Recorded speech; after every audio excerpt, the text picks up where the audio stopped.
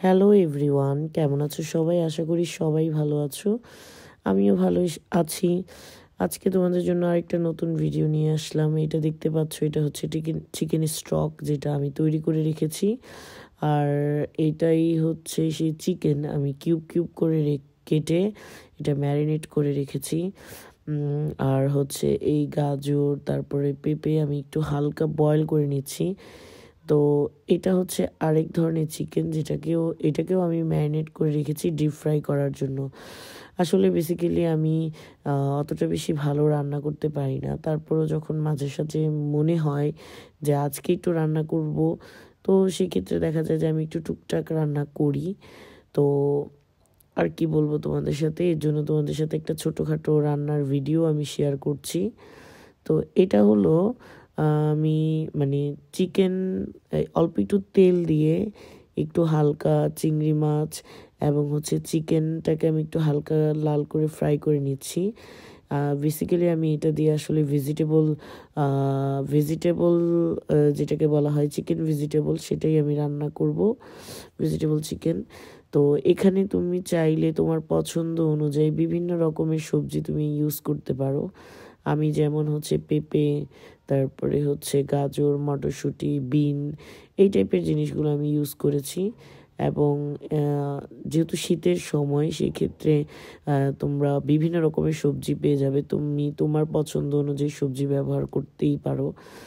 আর অন্য একটি চুলায় আমি সেই ম্যারিনেট করা যে মাংসের কিউবগুলো ছিল, সেগুলোকে আমি ডিপ ফ্রাই করে নিচ্ছি।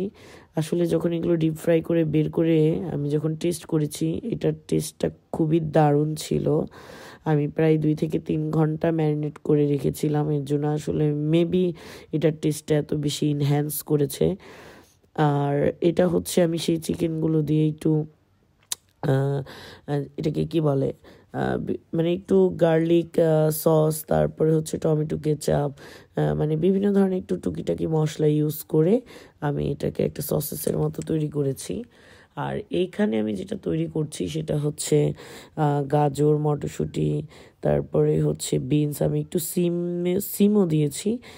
আর হচ্ছে এগুলো আমি বেসিক্যালি তৈরি করছি ফ্রাইড রাইস তৈরি করার জন্য।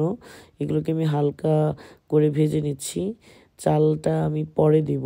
তারপরে আমি যেটা করলাম সেটা হচ্ছে ডিমটাকে আমি দিয়ে এখানে বিভিন্ন রকমের আমি হালকা একটু মশলা, লবণ, এগুলো দিয়ে আমি আসলে ডিমটাকে ফ্রাই করে নিচ্ছি।